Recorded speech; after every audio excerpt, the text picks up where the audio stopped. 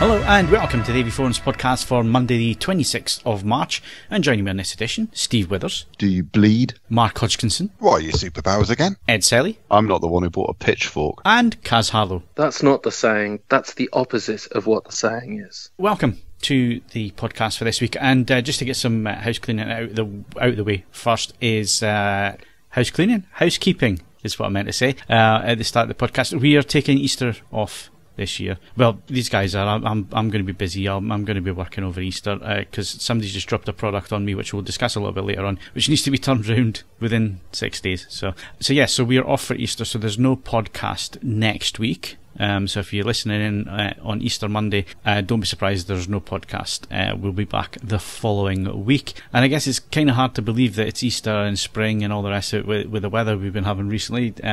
We've had Beast from the East and then Mini Beast from the East, and then we're going to get another Mini Beast from the East again later this week, by the looks of things. So looks like the snow's around to stay for a while yet, Steve. Not really. It's all gone now, thank God. It's not coming back, is it? Yeah, it's coming back next week. Yeah. Yeah, but surely that's just for you in the north. No, for those of us in more civilised climes. No, I think it is going to hit the southeast and Midlands and so on. It's it's everywhere. Southwest. We're doomed. I've given up now. Yeah, I've got plenty of curries in the freezer. I'll be fine. Oh, my freezer's packed out. It's never been is full. Right, so that's well. Everybody wondering who Kaz is. Kaz hasn't been around for a while. When was the last time you did a podcast, Kaz? About 10 years. As long ago as that, really? It's not that long. No, it can't possibly be that long. I'd say 2011, 2012. I've been doing them 7 years. I've never been on one with Kaz. Yeah, but we used to do separate. You did movie ones, didn't you? Yeah. Movies and hardware, you see. So that's probably why we'd like the to keep heady days people. where we just used to do one a month. That's fantastic. We like to keep you people apart, you see.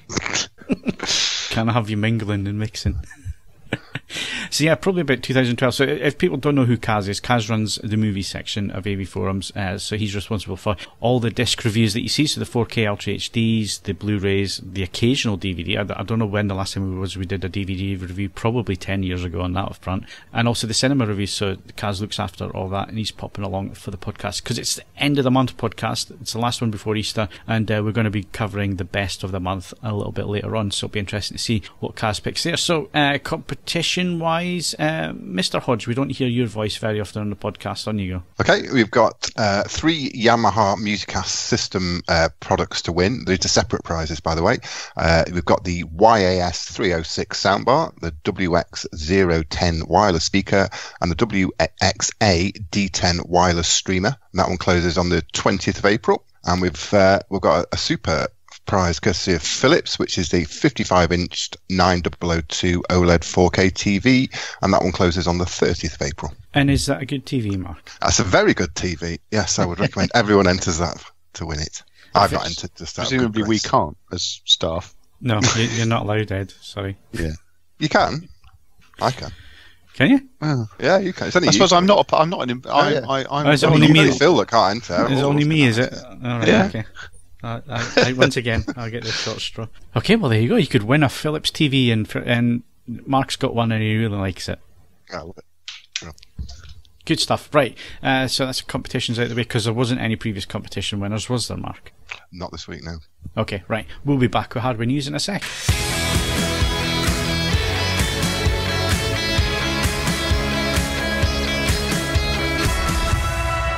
So moving on to hardware news, and Steve's been on a plane again. Was it a good plane or a bad plane, Steve?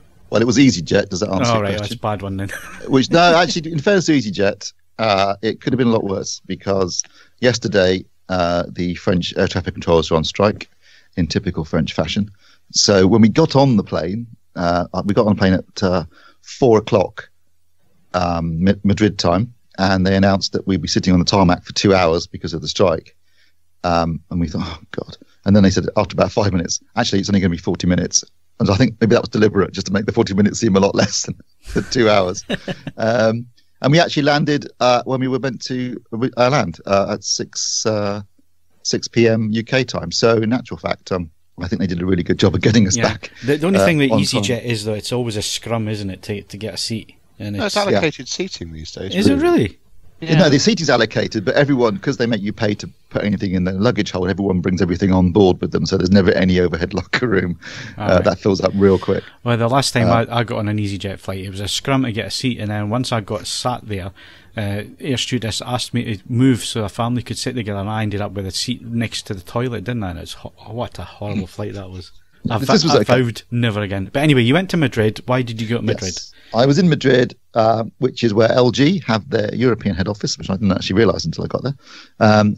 They were holding not exactly a launch event, because they didn't have all the models there and they didn't announce any prices. So it was a bit more like the Sony event back in February. It was a kind of technological demonstration of what they've done to their TVs.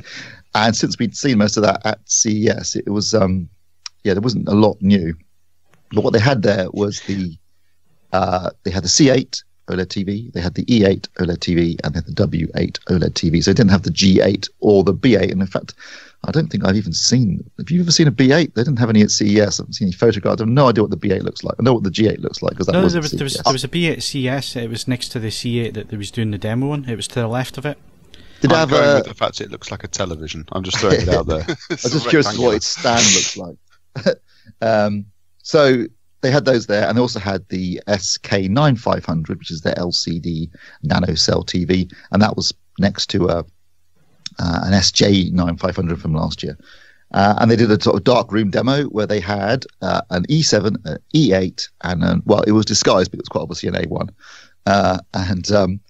They were basically demonstrating the new features that they've added this year. So I've got to say that they apparently have slightly changed the pixel structure of the panel, although when you asked them is it the same panel, they would go, yes, it's the same panel, but I'm pretty sure it's not exactly the same panel. But they say the brightness is identical to last year. So when we were running the AutoCal feature, it was about 900 nits uncalibrated and about 750 nits calibrated, which is kind of about the same as last year in terms of peak brightness. They had these demos to show off basically the Alpha 9 processor, which is their new processor for this year. And the Alpha 7 is essentially last year's processor with a few tweaks. So the Alpha 9 adds things like black frame insertion, which is something people have been asking for them to do on their OLED TVs for some time now, so that's good news. Also adds a decontouring feature, very similar to Sony's smooth contouring feature. And they've also sort of tweaked the motion handling and the noise reduction as well. And I've got to say, in the demos against the C7 and the A1, it did look very good, although they had all the TVs in vivid mode. So it wasn't the most ideal conditions, I think, for viewing them. But I guess they were doing a similar thing to Philips with the idea that if you just select vivid mode, then you're effectively turning all the processing on all three TVs, and then there's a sort of a level playing field. That looked very good. They didn't demonstrate the black frame insertion at this event, although they did demonstrate it on the SK9500, which is a full array direct LED backlight, unlike last year's flagship model. So they were demonstrating both the black frame insertion and also the fact that there was less haloing and better controlling of the bright objects against dark backgrounds, because it's got a direct LED backlight rather than being edge lit where you could clearly see columns of light. So that looked impressive. I think looking at the lineup, it's a strong looking lineup. I don't think it's a massive move on from last year. I think it's mostly a case of tweaking and small iterative changes rather than anything revolutionary. I think OLED's kind of reaching its maturity now in terms of its performance. But the one thing that does look impressive, and I've got to say you've seen this already, Phil, because we got a demo at CES, is the auto calibration feature. Yeah. The Tyler from SpectraCal portrait display was there, and he demonstrated first of all he demonstrated the SDR AutoCal feature. And one thing about this that's different from both the Panasonic and Samsung implementations is that those versions, the AutoCal uses the user interface controls to calibrate the TV. On the LG TVs, the AutoCal is bypassing all the UI and going straight to the hardware and controlling it at a hardware level. So that is actually quite revolutionary. I mean, that's the first time anyone's done that. And when you ran this, basically they take they basically clear everything. And when you start with doing the AutoCal, they clear all the settings. Then it runs the calibration, and then once it's run through the grayscale and gamma, it then applies it, and it can do it using a lightning. I think they call it a matrix sort of feature mode, where it just does 5 measurements and does it. And the accuracy level was really impressive, even with just 5 measurements, or taking 5 points, shall I say rather. It just delivers errors less than 1 across the board. So That was impressive. They were also trying to demonstrate the Dolby Vision auto cal, which didn't work so well, but Tyler had dropped his meter. Sorry, not his meter, his pattern generator, and I think it was broken at that point because it was doing some very strange things. But it might just be teething problems because it isn't actually been released yet, so they're still in beta mode at the moment. But potential looks really good, I've got to say. And the idea, but also LG were saying that their aim this year is to try and get the TVs out of the factory with a delta E of less than 1 on the color gamut. So they're certainly going for really accurate TVs out of the box, as Panasonic have been doing certainly last year. Yeah, but does that add cost though? Well, we don't know, do they? Because they haven't announced the pricing yet. I'm sure there is a slight cost involved in it. But given Panasonic have announced their price, well, we've seen some pricing from Panasonic. Was it officially announced, or was it just for a retailer? I know Mark did a story on it. Just a retailer. Yeah, so we don't know if that's actually their pricing. And there was a retail prices for the LGs yesterday, but looking at the prices, they seem to be very toppy. So I think it's just a retailer guessing basically. Yeah. Yeah, because the B8 is the one that's different from the rest of the range in terms of the OLED range. It uses the Alpha 7 processor, which is also what's used on the LCD televisions. So that's essentially last year's processor, but it does add black frame insertion, and it does add the auto cal feature. So there are some tweaks there. It's not completely the same processor. But obviously they're looking to, I guess, price the B8 very competitively, I should imagine, compared to the C8. And I think that'll be an interesting price point because, if they start pricing, let's say they price around $2,000 with that TV, then that could really shake up the market. It has to be a meaningful saving because there is a meaningful difference this time around. Exactly. So I'd be really curious to see where they price that. And obviously then the C8, which I guess is a sweet spot as far as the enthusiasts are concerned, because you're getting all the features. You don't necessarily want the sound bars or the gubbins that come with the higher end models, but you want the picture quality on the C8. And also there's a 77-inch version this year, which means if for custom installers they want a big screen OLED, but they don't want built-in sound bars and all that kind of stuff, because there's obviously going to be some sort of sound system already, then that could be very popular. Again, depending on pricing. Needs to be under $10,000 at least. It needs to be under $7,000 really for that to take off. So it'll be interesting to see how much that comes in at, to be honest. Yeah, pricing's key, and obviously everyone's waiting. But no one's really announcing pricing yet. It's been a bit of a long wait for this, particularly as far as OLEDs are concerned. And I guess they're all waiting to see what LG do. Yeah, but they haven't got much time though. I mean, we're almost World Cup's around the corner. Yeah, almost end of March. You've only really got 2 months before the start of the World Cup. So unless everybody's going to dump their TVs on the market in one go, it's a bit odd that they're taking so long. So. I mean, the only one that I know that definitely in the shops now is the Sony XF90. That's the only one that we definitely know has come out and is in the shops, and we know the prices of. Everything else at the minute is, we don't know just yet. There's a lot of interest in the smart UHD TVs from LG. So did you get a good look at that, and what was your initial thoughts? Well, they've got the WebOS platform still, obviously, and they've added this ThinQ AI. It's predominantly about connecting the TV with Google Assistant and Amazon Echo, the Google Home and Amazon Echo speakers. They did a demonstration. They've expanded the voice control from last year, so there's much more control in terms of voice control this year. Although I've got to say, it was struggling to deal with the Spanish accent in the demo that we had. It's one of those classic examples, where they demo the feature and then nothing really works properly.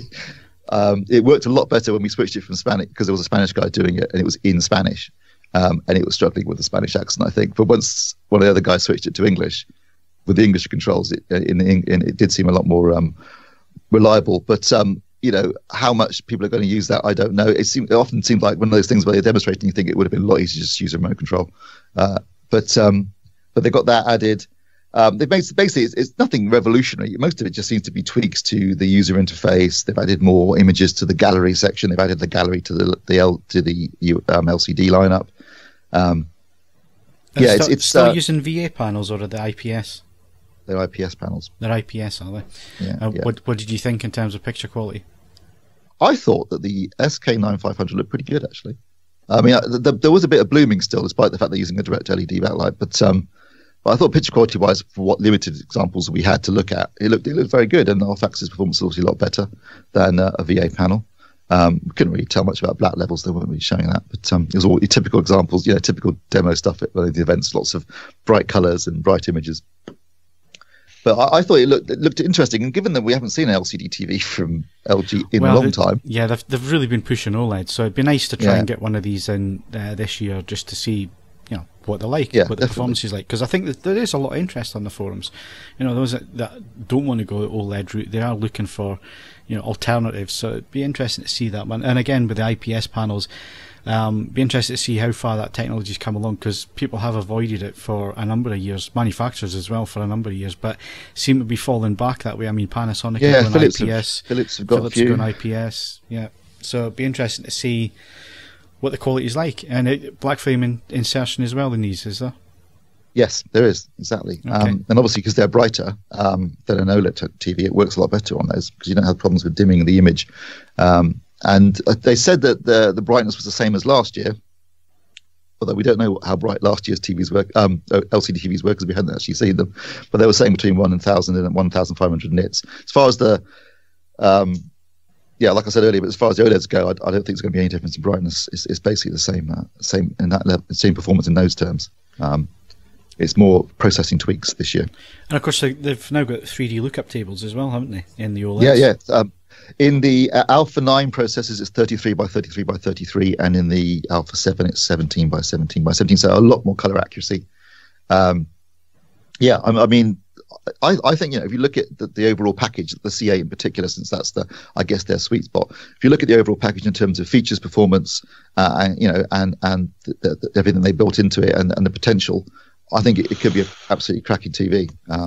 I think they've come out strong this year. Yes, it's not a revolutionary, year in terms of TV technology, but I think they've obviously been listening to feedback, addressed certain issues, and because a lot of people have been complaining about motion handling as well.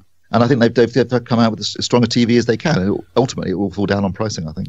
Okay, well, see, this is the interesting thing. It's pricing, and I guess LG are at that point now of market scales and all the rest of it. Do they now go for the jugular? Do they now bring their product in at maybe 500, maybe even £1,000 less than they were last year? I think if they came in with the B8 at 1999 and the C8 at 2499, the 55-inch, I think they'd murder everybody else. Yeah, it's interesting, isn't it? I think that would be hard to compete with. Yeah, I agree with you there. Right, we need to move it on, but that's interesting. Like we say, I mean, it's getting to the stage now where we're just expecting these TVs to drop any time for review. So, and unfortunately, we can't say when we're going to get our review samples in. It's going to be as soon as the stock comes in. I believe that the Panasonics are running a little bit late as well, so it may be another few weeks before we get our first TVs. But normally, what happens?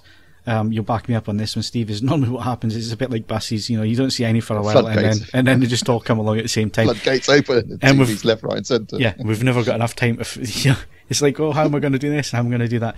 So that'll be interesting. So, you mentioned a bit of smart home stuff there. Mark's kind of raised this point as well for a little bit of a quick discussion this week. So how smart is your home, Mark? It's getting smarter every day, Phil. I'm currently at the stage where all my lighting, pretty much, apart from a couple of bulbs, are either Hue or Hue imitation. I have all that controlled by a hub, along with Alexa and a Logitech Harmony system. Play the song Check on It. No. Don't happen. Right on cue, you see. So always listening. I use it a lot. I use it to fetch podcasts. This is Alexa now. Shut up. I use it for Spotify. We had a party last week and it did multi-room music across the house. I've got four Echoes around the house, one in the loft, two upstairs and one down here. My Logitech can control all the lights as well as all my AV equipment, and then they all play nice together as well. I'm looking to replace a boiler next year, so that I will then get into the heating climate control kind of thing. I'm looking at motion sensors for the bathroom light in particular, because the kids can never turn it off somehow. It's an area I'm really getting into. It can be a little bit unreliable and a little bit frustrating. In fact, I've stopped asking Alexa for a lot of things that I can control with a button on the remote. But yeah, it's all very interesting, and getting the TV getting the TVs involved, which is happening more and more, will only sort of strengthen that. But, yeah, do you use it the most, or do the kids use it the most? Oh, the kids are bloody annoying with it. They'll have Alexa fight, so Alexa gets very confused and they're requesting music and whatnot. But it's me really. It's all for me. It's all for me to play with. I think once I've got my climate control, I'll be satisfied. Okay. Seeing as we've got Kaz on the podcast for the first time, let's bring Kaz in at this point. You got a smart home, Kaz? Have you got any of this stuff in your home? I don't think I've got anything smart at all in this home. Okay. You're on a phone. I have a phone, yes, which is not really. I mean, that's connected to Vodafone, but it's not really connected to the home. There is nothing that's connected to this home that's smart. I'm the same. I don't understand any of this stuff. I really don't. I know Steve's got a couple of Echoes and so on, but what about you, Ed? Have you gone down this route, or are you still getting up off your backside and turning the records over yourself? My wife has a wiretap in her music room, and that's where it lives. And that's fine. I mean, in so much as it is quite useful for teaching, because you can ask it to, if you need a specific song, most of the time from that pissing Greatest Showman film, you can ask it to play the backing track rather than the actual vocalized one, which is, it's a useful teaching aid. But it lives. That's where it lives. I have felt no desire to talk to it. It's just. At the moment I haven't seen it do something which leads me to believe that my life will be immeasurably improved by it being part of my existence. Yeah. So you get to play God, Ed. That's the thing. You get to control things with your voice. But again, that only works for certain people. I mean, I've got a Scottish accent, and I struggle with voice recognition stuff. It never understands what I'm saying. Mind you, normal humans don't usually understand what I'm saying, but you know what I mean. Well, I don't know. I mean, I get the feeling if you have some of the supporting hardware. I mean, as I say, obviously my lighting system is controlled by 2-position switches, so it can't do anything to that. The house doesn't have. Well, it's got a thermostat, but it doesn't have climate. If you've got all of those things and it's all integrated and it's all tickety-boo, then yeah, I sort of get it. But fundamentally, adding a single smart product to a uniformly dumb house doesn't strike me that my life is going to change in any meaningful way, shape or form. With the lights, you can, if you've got the right bulbs, you can put. I mean, I've got them on timers and stuff, so the landing goes onto a night light at about 11 o'clock at night. The lights come on down here to greet you as you're coming down, and the kids, I've got them in the kids' room, and they have on a wake up cycle, so they come up.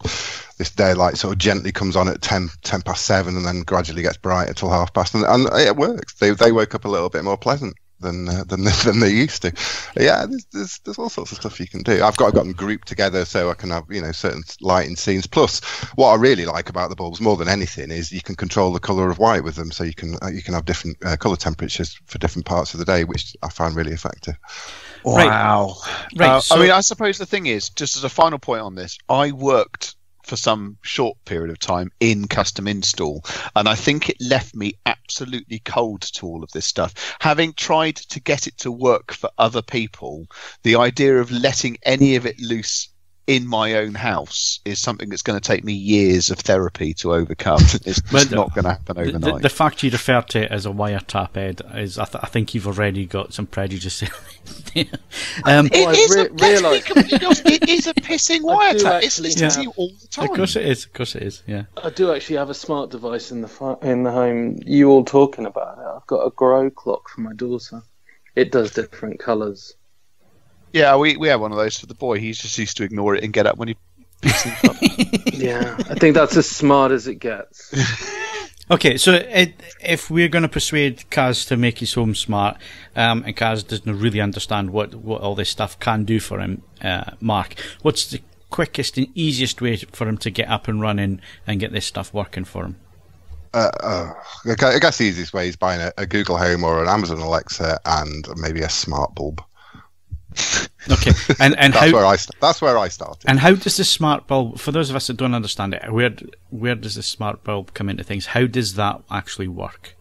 It's just most of them on the Zigbee Wi-Fi protocol. So it's just over its own Wi-Fi network, basically. So the bulb can be put in a normal light, and it's got its own Wi-Fi system built into the bulb. Yeah. It's got a little Wi-Fi transmitter receiver in it. Okay. And various, but you can, like the Echo Plus, you can directly control it with that, or you might need like a Philips Home Hub if you haven't got the Echo Plus or Google Home. Right, because I can see how it could be quite daunting for people who maybe don't quite understand how this stuff works. Well, the app's really but I easy think once you get to...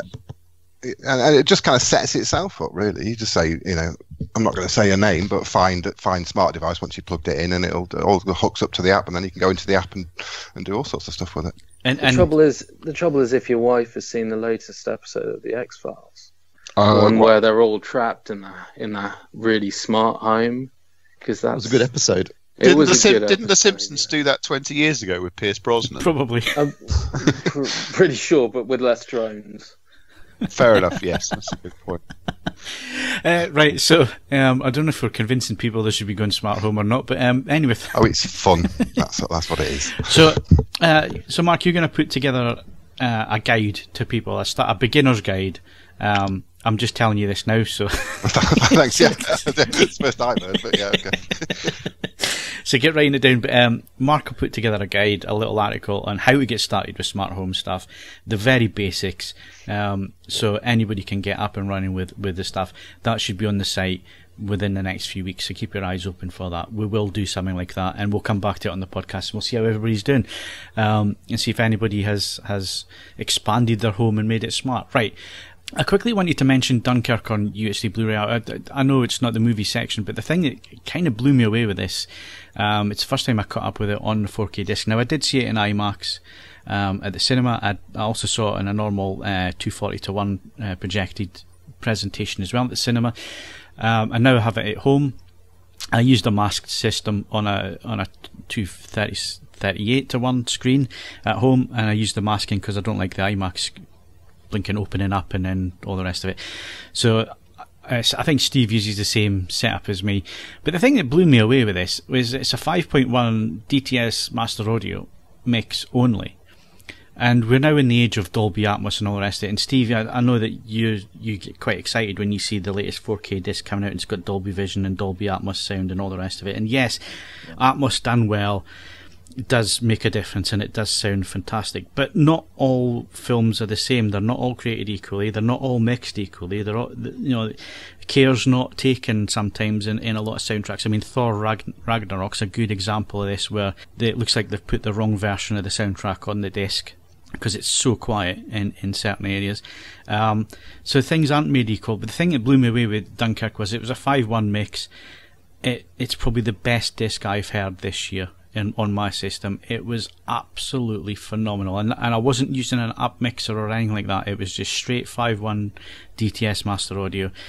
It was astounding. It was absolutely reference quality.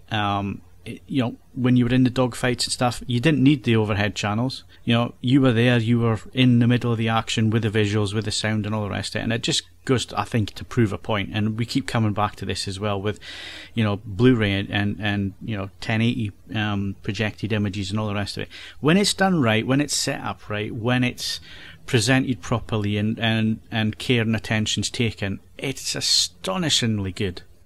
Yeah, a good sound mix and a good system will always sound good. The addition of things like Atmos is just extra bells and whistles that they can play with. But a solid 5.1 mix still sounds stunning when it's done properly. And Dunkirk is probably the best example I've heard in a long time of a utterly immersive 5.1 mix that really delivers as a creative tool. I've watched it, but I listened to it on headphones. It did sound amazing still, but I can't really come out on the phone. I think Dunkirk, it's clearly referenced, and it is a tremendous mix. I mean, Nolan has his own thing going on, though. He does like to maybe go beyond immersing you and just pound you with audio. There's a lot you come out of it with your heart racing and your some post-traumatic headaches. Yeah, it's a proper good mix. But he's very clever with using low frequencies. He's very, very clever at messing with you, basically, your emotional state. He uses it like the tick and watch in Dunkirk. I mean, that's quite an obvious one, but there's other things in there where he's using subharmonics and stuff within to get your heart racing, to get you on the edge of your seat. And one of the interesting things was when I looked at the extras was that it was actually edited in time with the music, which I'd never realised before. But they were saying if they went in and edited and they took one frame out, it messed everything up because everything was constructed in such a way that it moved at a certain pace, and they could play about with how, because it's 3 different timelines. If people haven't seen the film, we're not going to spoil it, but it's 3 different timelines, and it's how these 3 different timelines over long periods of time and short periods of time all come together to give you the climax of the movie. And it's the way that the tension within these things moves along, and it's done just so well with the sound mix. That has you on the edge of your seat. If the action on screen doesn't, the soundtrack's messing with you at the same time. And he did the same with Interstellar. There was a lot of that where he was actually playing with you with the lower frequencies in there. So it's really, really well done. I think Interstellar was bolstered by a hugely emotive score, and it was a tremendous mix. But I don't think I'll ever forgive him for the fact that I never got all of the dialogue in that film until I flicked the subtitle track on at home. And I saw it twice at the cinema, and I never got some of the dialogue. And maybe that's his intention, but then find a better way to promote it, because you could hear there was someone talking in the background, like Michael Caine mumbling final words, and then there's a rocket taking off. And you can't hear what he's saying. Is it supposed to be important? If he doesn't think it's important, don't have him say it. And I don't think I've ever really forgiven Nolan, despite making tremendous sound mixes, for messing around with dialogue quite like that. Just don't have it. Do a Nicholas Winding Refn and just don't have dialogue then. Yeah. But so I'd really just want you to raise this point, because it blew me away that it was such a great 5-1 mix. But I have read things on the forums where people are dismissing discs and watching stuff because it's not an Atmos, or I'm not going to buy this because it's not coming with Dolby Vision and Dolby Atmos and all the rest of it. And I guess what we're kind of saying is it's not the technology.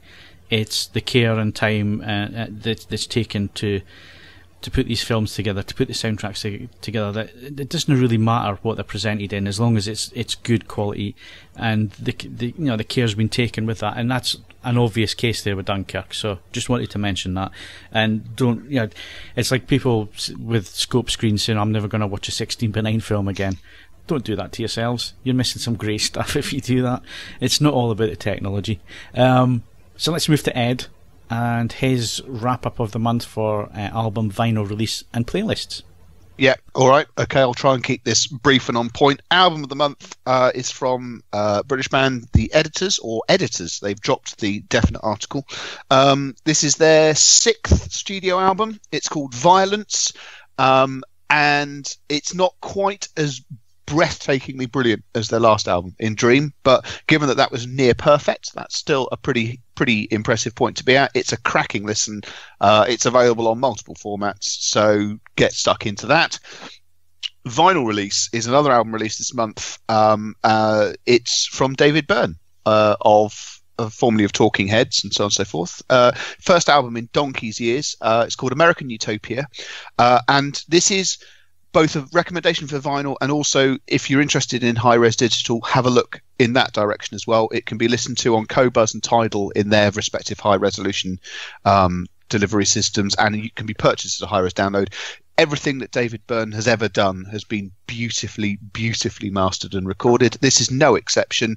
It's a complex listen as an album. It goes in all sorts of different directions. Some of it's quite boppy and cheerful, some of it really isn't, but it's really good to listen to, and that would be my recommendation for specialist format. And then finally, I've been looking at Deezer this month, because there will be a Deezer review coming up, so my playlist recommendation is from them. It's called Acoustic Escape, and it does pretty much what it says on the tin. I found it very satisfying to work to the other day. I thought it was a very nice listen. It introduced me to some artists that I wasn't really familiar with, and your regular if not weekly reminder, but periodic reminder, just because I have recommended a playlist on a format, a streaming service that you don't use. You could use a piece of software called SoundIs, and you could port it over to whichever streaming service you are using. So if you can find it, you can take it from one place to another, but that's well worth a listen. There you go. Sorry, I'm just having a cereal bar. Give me a sec. You assumed I was going to take longer, didn't you? I did, yeah. Sorry. I tried to keep on point because we've got things to be cracking on with. Yeah. Okay. So, stay with you, Ed. What have you got coming up this month in terms of reviews? Because we're not around for Easter, so we're now into April's reviews. So, what have you got coming up? Right, we have got a all-in-one system. We've got two totally different takes on all-in-one systems. One from Quad and one from Project. As I say, I'm looking at the Deezer streaming service because they've got their new lossless tier, the hi-fi tier. And finally, and I finished writing the copy for it yesterday, there is a speaker from a manufacturer we haven't reviewed before. They're a well-known manufacturer, but we've never had a product from them. And I was forced at the end of it to concede that it's been awarded a perfect score. So you've got that to look forward to as well. Wow. Steve, what you got coming up? Got the SVS SB 4000 Ultra. Have you got it out the box? SP. It hasn't arrived yet. Comes on Monday. I take it it's a bit heavy.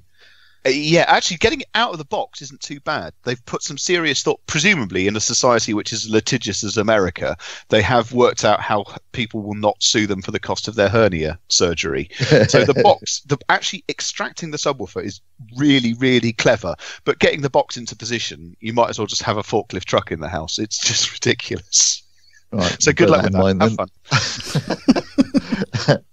Have fun. Focal Sib Evo Atmos speaker package, which looks quite interesting as a sort of a lifestyle approach to getting Atmos in your lounge without not breaking up your relationship with your other half.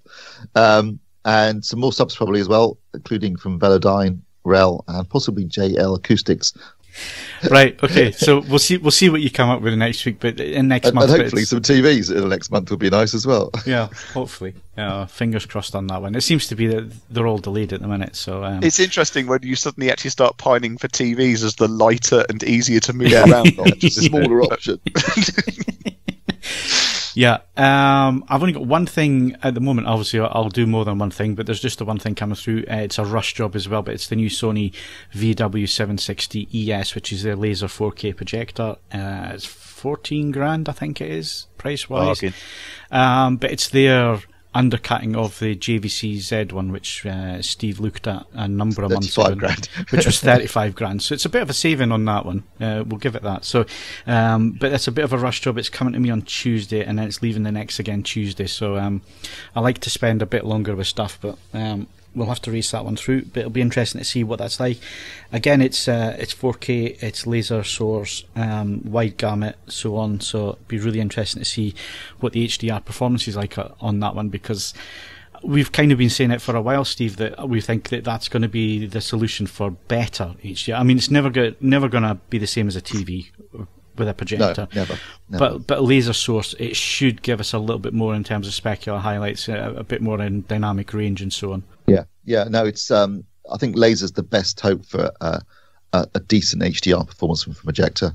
Although, as you say, Phil, just by the nature of projection, it's never going to be able to do the kind of things a TV can do, because you can't, add specular highlights at a tiny level, because you're projecting from one a whole source. image.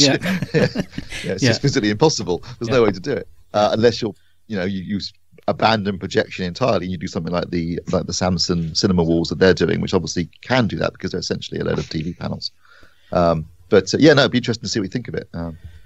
So that's my Easter weekend. Yeah, but at least I've got loads of stuff to catch up on. So I've got a big pile of discs to get through. So at least I've got that to get through, and I'll get some stuff watched in it, and I'll review it as well. So that's what I've got coming up. Mark? I've got the Minix Neo N42C. It's a Windows. Still got that one. I'm using it. It's my everyday computer. I'm very impressed. It's highly upgradable, so you can get up to 16 gigabytes of RAM in it, and you can put your own solid-state drive in there, which I've done I used it without to start off with, and then I've upgraded it all, and it's whiz bang. It's really, really good for something so small. And I've also got the Ygritte A11 Android media player, which is exactly the same as the A10, except it's got 2 HDMI outs for non-HDR compatible receivers. Okay, so if you've read the A10 review, go and read it now. It's going to be pretty similar. That's going to be a short one then, is it, Mark? It'll be about roughly the same length as the A10. Okay, so that's what's coming up in the next month. So that's what's coming up April-wise, and we'll be back in a sec with movie news and reviews.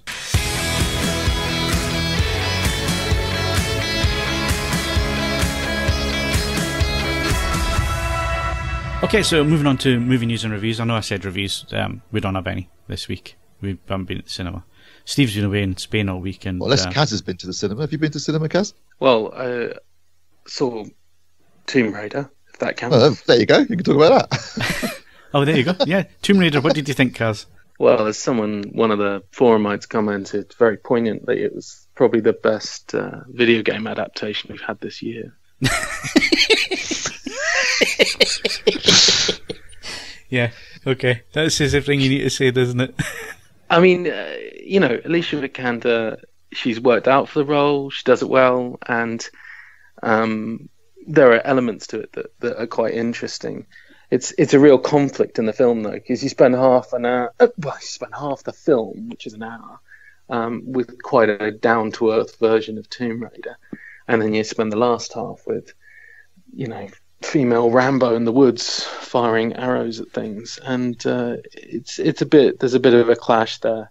She goes from zero to hero very quickly, and you can have one or the other, but I don't think it seems very comfortable. It seems to be a modern thing, Kaz, where filmmakers now feel they have to have some kind of origin story, whereas if you remember, I mean, the original stuff, like, I don't know, the original Indiana Jones, we met him in the middle of an adventure. You didn't know who he was, what his story was, but you learnt as you went along, and that seemed to be the trope for most action stuff, was that you sort of joined them halfway through something and learnt as you went along. But nowadays, certainly a lot of films I've seen at the cinema, a lot of these Marvel movies and stuff, there has to be an origin story, and they have to tell you every little thing that you need to know.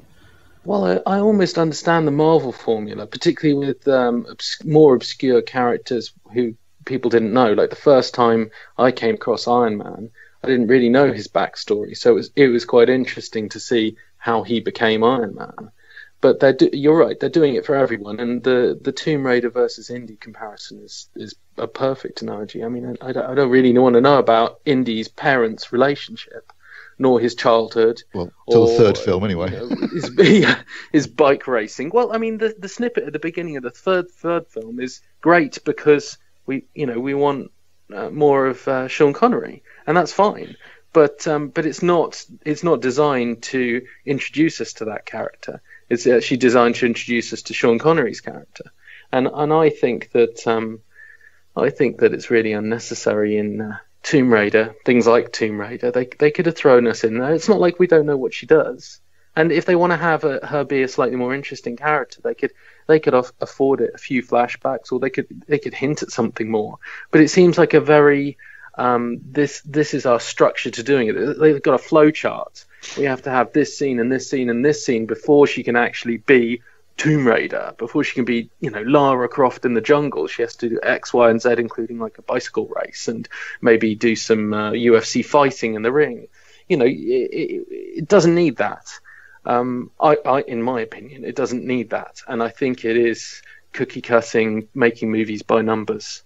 But that's what it's all about these days, at least for big commercial projects. If you do anything more adventurous, then they stick it on Netflix and don't let you release it in the cinema. We'll be coming on to that in a second. Yeah, we will be. So, what did you score Tomb Raider as? It got a 6 from me. Okay, good stuff. Thanks for that. Wasn't expecting a review. What a bonus having Kaz on the podcast this week. We've got a review of Tomb Raider. Right, so films of the month, because it's our end of the month podcast. I didn't get to the cinema this month, which is really annoying because that's another $17.99 that Odeon have gotten out of me for my Limitless card. So just cancel it then. Well, no, because I will. Because it's going to get a spanking. It over the will next get. couple of months. It will once the weather gets better. Because this is the thing, when it's been snowing and stuff like. I've actually booked my tickets to see. I booked Red Sparrow and I booked. What else did I book? What was the other big film around at the minute? You're going to see Black Panther. Black Panther. Yeah, I had my tickets all booked for that, and the snow just paid to it. And there was no way I was getting to the cinema. So, yeah. But my film of the month is a Netflix film, Cars, Annihilation. I thought it was a lot better than a lot of people thought it was going to be. I thought it was intelligent. It was well put together. And it had some really interesting horror takes, which we discussed last week. I mean, we went into it quite some detail, so we won't go into it as much detail this week. But yeah, for me, that was film of the month. Steve? Same. Yeah, I mean, I thought Annihilation was really good. I mean, it's a shame it didn't get a cinema release, but I mean, I quite enjoyed the fact that I could watch it at home. I'm lucky enough to have a home cinema, so it was still a cinematic experience for me. But I thought it was a really good movie. I think Alex Garland is turning into a very interesting filmmaker. Yeah. And Kaz, what was your film of the month? Yeah, I'd go with Annihilation as well. It's a tremendous catch for Netflix. I mean, as everyone said, it would have been nice to see it in the cinema, but it's also nice to watch a Netflix film and actually go, oh, that's a film I would have liked to have seen at the cinema, whereas the pattern for Netflix has been a bit hit and miss recently, with mostly falling on, yeah, it was okay, but that's not really up to the standards of a theatrical release. This was very good, and it was nice also recently finding out about Garland's involvement in Dredd, and how he maybe had a bit more to do with it than even the director himself. So it sounds like he's been on a real hit run, and he's a very creative talent. So it will be interesting to see what he comes up with next. Good stuff. So that's our film of the month. Films opening this Friday. Well, there is only the one big release this week. Steve, I've already got my tickets booked. Are you booked in to see it? I haven't booked yet, but I will go and see it obviously next week once it opens. Yeah, Ready Player One. Spielberg doing. I'm after a string of worthy, but let's be honest, really boring films. He's finally back doing what he does best, with a shed load of 80s nostalgia thrown in for good measure, which is going to get my vote. Well, I mean, it's got a DeLorean in it, so I'm definitely going to see it. And when you say you mean a flying DeLorean time machine, more to the point, not just a DeLorean. Yeah. No. I mean, obviously nobody but Spielberg could probably have made this film. I mean, the book is based upon essentially a love letter to Spielberg in the 80s, and who else has the muscle to be able to get all these iconic characters and images into a single movie. Whether the film itself will deliver, I think I've read differing opinions in reviews. Some saying, apart from the 80s nostalgia element, it's not that entertaining, or it's been crap. I think Sharuna made a good point. I think she said they crammed too much into the film. Maybe it would have made more sense as a two-parter, but anyway, I am definitely looking forward to it. Yeah, I'm booked to see it on Thursday. Hopefully it won't snow. Yeah, it's going to happen, isn't it? Hopefully we've seen the end of it, and I can get it actually out to the cinema and see something. Are you going to go and see it, Kaz? Yeah, I'm going to go and see it, but probably not Thursday, because I think that's when it does start snowing. And I've been burnt the last couple of times. I had to cancel Red Sparrow. By snow? You're doing it wrong. What am I doing it wrong? It's being burnt by snow. That's not good at all. Good stuff. Right. Okay, so that's Ready Player One. I guess everybody's going to go and see it. Our review's actually up on the site. I'm not going anywhere near it. It looks like being repeatedly punched in the face. I'm sure that it will be calmer than the trailer, but it couldn't be any more jarring. And it's something I'll get round to watching as and when it lurches onto Sky Movies. Could not give a tinker's. Okay. Tinker. We kind of got your gist there, Ed. You didn't need to. Yeah. Anyway, discs of the month. I'd like to say I was going to take part in this, but actually, the stuff that I have purchased recently has been stuff that's been out for a while and is a bit cheaper. So I'm just getting round to seeing a lot of stuff. So I'm not going to take part in this. Oh no, Dark Crystal was a March release, actually. Oh yes, it was. Oh well, there you go. There's my disc of the month, Dark Crystal. It was great to see that. Sometimes 4K is not very friendly to films of that era, especially when they're shot with anamorphic lenses and only the centre of the image is in focus. There was a few scenes like that where you're thinking, oh hell. But it's a limitation of the time. It's how it was filmed at the time, and you just got to accept that that's the case. And it was just as weird as I remember it being, but still really enjoyable. And you know, you wouldn't make a film like that now. You couldn't make a film like that now. It would just be so expensive to make a film like that these days. With I don't think the audience would be there for it either. But of its time, definitely, but really enjoyable. So that's my disc of the month. I really enjoyed Murder on the Orient Express, although I knew the plot from having seen the previous film, the 74 version.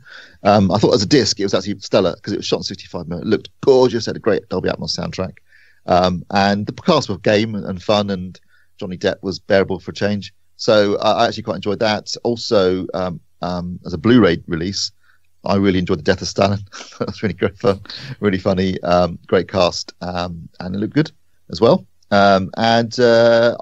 Although it came out, I think, towards the end of February, I didn't get around to seeing it until this month, which was Thor Ragnarok, which is a great movie, looks stunning.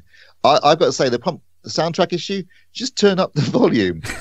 I usually watch films between 20 and minus 20 and minus 15 dB, and that's pretty loud.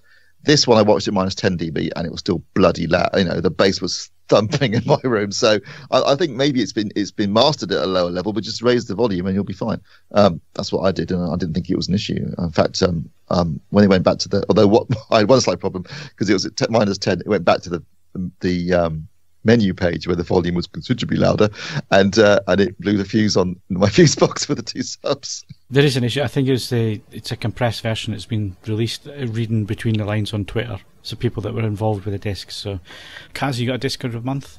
Well, I would say I was going to get all controversial and start talking about Terminator 2, but probably Coco's.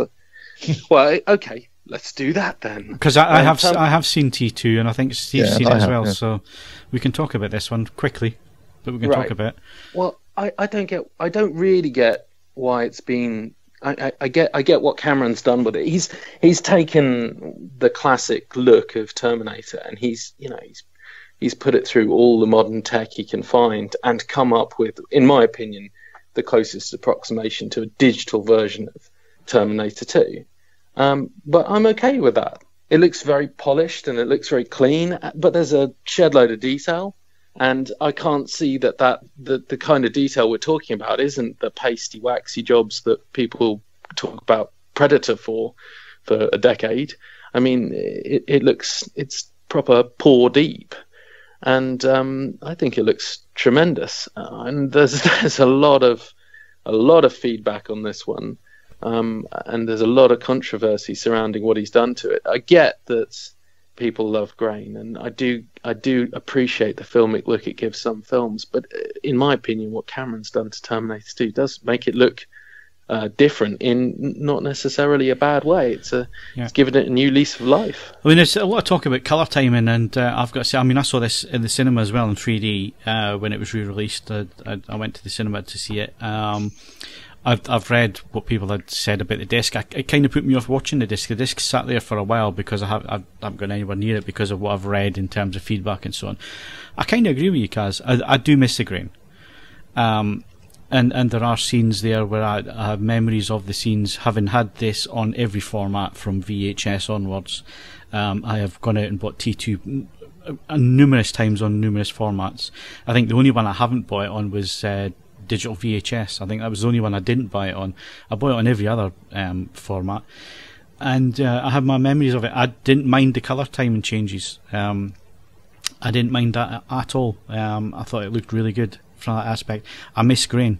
I miss the grain in certain scenes. There's scenes in the asylum where the whole scene where they're having to chase through the corridors. I remember that being really quite gritty and grainy, and it's cleaned up now and it looks odd to me. I'm not going to say it looks bad. It looks odd. But there's some other stuff that really does pop, and it really does look really nice. And you're right, it has that sort of digital look to it that maybe you would get now if you shot it on an Arri Alexa 65 or whatever nowadays. You'd probably get that look. And at the end of the day, it's Cameron's choice.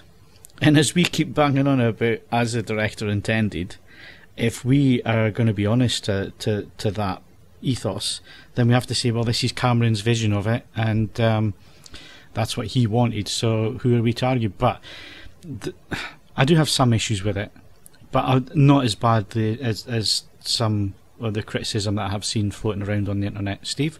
Yeah, no, I agree. I would have preferred it if they had done two separate, masters, one for a 3D release and one for a 2D release, where they'd just taken the negative, scanned it, obviously cleaned up bits and bobs where they had any damage to the negative and that kind of thing.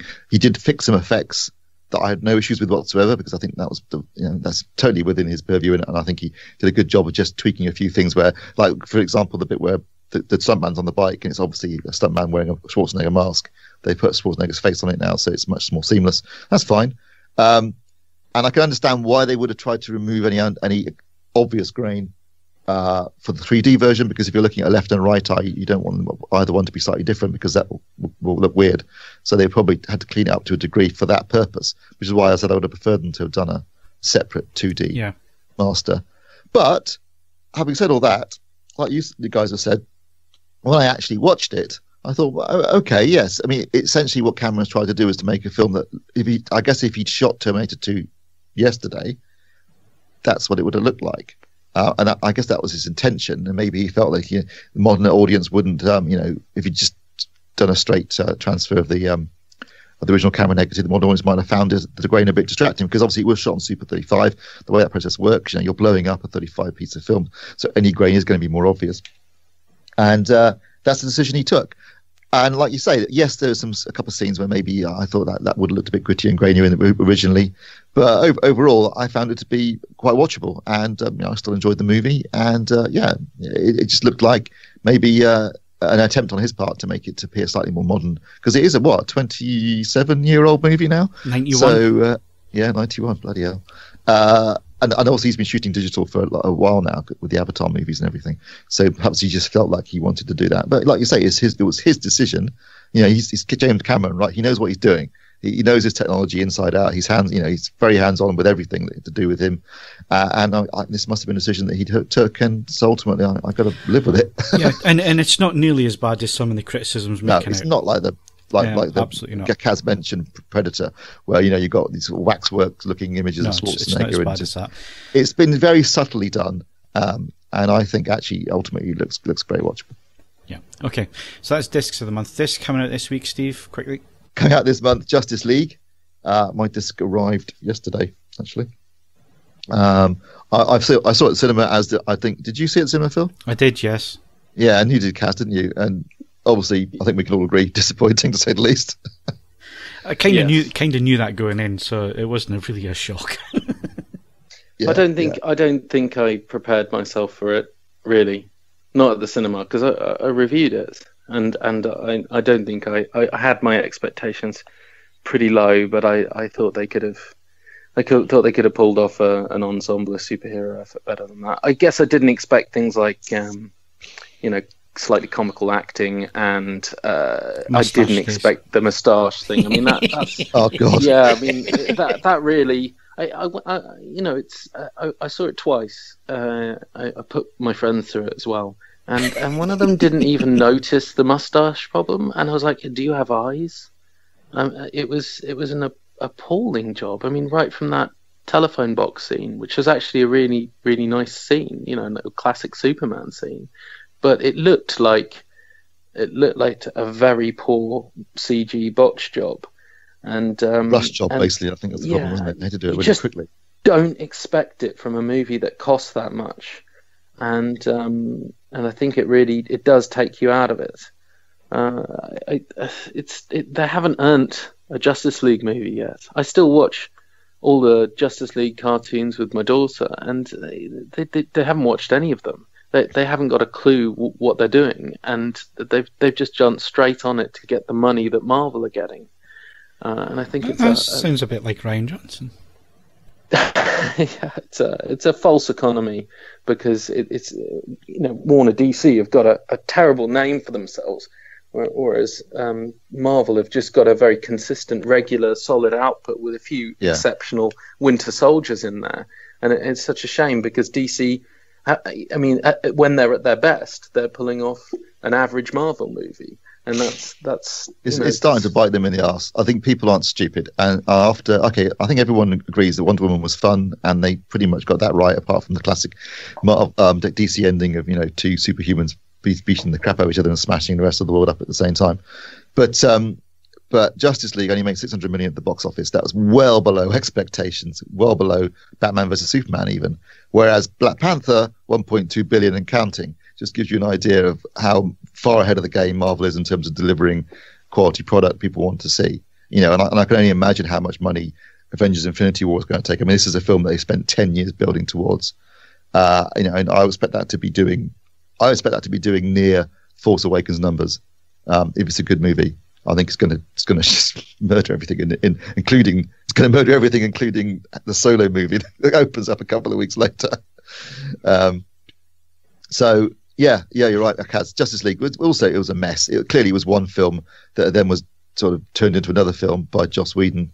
Although the disc has got Dolby Vision and Dolby Atmos, it'll be really interesting to see how it looks, because I remember thinking a lot of the color timing and some of the contrasts on these scenes just looked like they changed it from being shot really dark. Yeah. Batman's costume looked weird. It had clearly been designed to be seen in the shadows. They boosted the contrast, and then it just looked strange. Patches all over it, stuff like that. Some real issues there. Anyway, we need to move on because we've got other discs coming out this week. Wonder's coming out, which is a sweet little film about a young boy with facial disfigurement who goes to school and how he experiences people coming to terms with it. And it's with his mum's played by Julia Roberts and his dad is Owen Wilson. Had good reviews. And also Britannia Season 1, which I have not seen. I know Ed started watching it. I know Kaz has seen it. Looks very psychedelic and weird and not particularly historically accurate. I gave up on it. Just made my head hurt. I struggled with this. It didn't know what it wanted to be. No, it wants to be Game of Thrones crossed with Rome, but it's neither. I'm sure the disc will look spectacular, but the content is questionable. Okay, so that's our disc releases for this week. Right, so quickly, we need to wrap up on TV shows of the month. I'm going to go to Hodge first on this one. So, Hodge, what you've been watching and what's your favourites? Well, I've only been watching two things. I'm not sure how current they really are. Well, one of them is actually Vikings Season 5, which is on Amazon. I think it's exclusively. I don't think it's on History Channel anymore. I'm a massive fan of Vikings. It's possibly my favourite TV series. And Season 4 was a bit of a struggle halfway through. It went wrong when we lost a major character. But Season 5 is picked up and going from strength to strength, particularly in terms of visuals. It looks amazing now. And it's not even in 4K, it's just 1080p, but it looks stunning. And I've also just started watching, I need to hurry up, on Now TV, Gomorrah from Season 1, but there's Season 1 to 3 on there. It's an Italian gangster series. If you like The Sopranos and you don't mind subtitles, it's superb so far. I'm about 8 episodes into Season 1, I think. It also looks amazing in 1080p, and yeah, it's brilliant, and there's a great soundtrack, some really cool Italian music. Okay, so, well, and thanks for your time on the podcast. Mark needs to disappear quickly, so thanks very much, Mark. We'll speak to you in 2 weeks. See you later. Steve, what was your TV shows of the month? I have been enjoying, although as is often the case, it's a bit of a slow starter, but I'm enjoying Jessica Jones Season 2. Haven't quite finished that yet. I am really still enjoying Black Lightning. Really good series. If you haven't seen it, I thoroughly recommend it. It's a DC series, but it's don't be put off by the title, which is a bit crappy. It's really good. And much to my surprise, I am thoroughly enjoying the new season of X-Files. The last few episodes have all been absolutely stonkingly good, and it's really got its stride back after a duff previous season. And a couple of duff episodes at the beginning of this season where they were doing the whole, the big story arc, alien invasion crap, Scully crying a lot. But the last few episodes have been standalones, and they've been really, really good, really clever. And so I thoroughly enjoyed that. Where can I see that, Steve? It's on Channel 5. Channel 5, Monday night. They've moved it to 11 o'clock, so obviously it's not getting very good viewing figures, but it is worth watching. All right, okay. Kaz? Yeah, I'm in exactly the same boat. Enjoyed Jessica Jones. Finished that off. It's it's a good second season, and it goes out with a bang, and it's nice to be a bit different from the other DC offerings like Daredevil. It doesn't rely on too much on ninjas, and I also have been enjoying X-Files. I agree, it started off slow this season, but the standalone episodes have been great. There's a great Skinner episode which shows his backstory, which was really with good. With an unrecognisable Haley Joel Osment. I didn't even know that was him until I looked at the credits. Oh yes, that's who it is. Oh, yeah. Boy, he used to lay off the pork pies, didn't he? Yeah, just clocked that now. But it's got some interesting episodes, including that one we talked about earlier. With yeah, Tech. The Tech one was really. That was last week, right? It was really good, really good. Yeah, so I think it's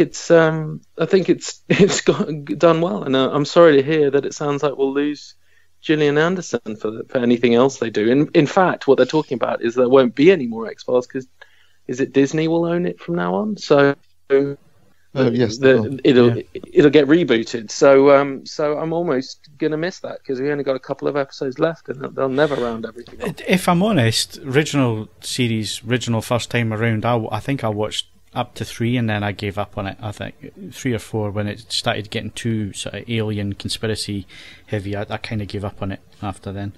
But I'm interested just to have a look back, just nostalgia's sake, just see where it is and how it's going. There's actually an episode where they even address that whole aspect of nostalgia and things aren't, not wanting to taste something from your childhood because it just won't be the same. Yeah, actually address it.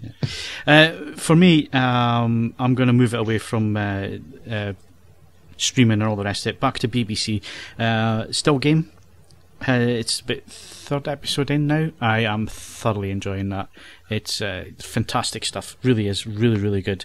If you like your Scottish humour and that kind of thing, I believe it's been shown across the country now. So it used to just last night, wasn't it? Yeah, it used to just be shown in BBC Scotland, but it's now UK wide. I think it has been for the last couple of series. It's fantastic. I love that to bits.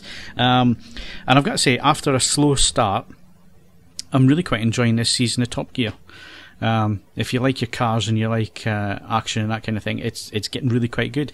And the one thing it has got over the Grand Tour is music choice, the music supervisor on it, and it's something you've brought up in the past, Ed.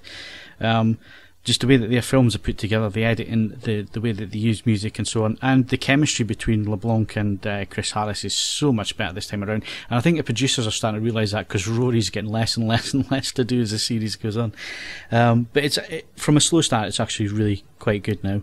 And I've been enjoying the last couple of episodes, and they've even been reviewing some relevant cars, which the Grand Tour didn't do. The stuff they were reviewing had been out for like 6 to 12 months. I think that was because people had accidents and pneumonia and all the rest of it. So, and you, Ed, what do you think? I am enjoying it. I'm going to flag up things what I have been watching. MasterChef, OVS, great. But I would also like to point. It's just ticking away nicely on E4.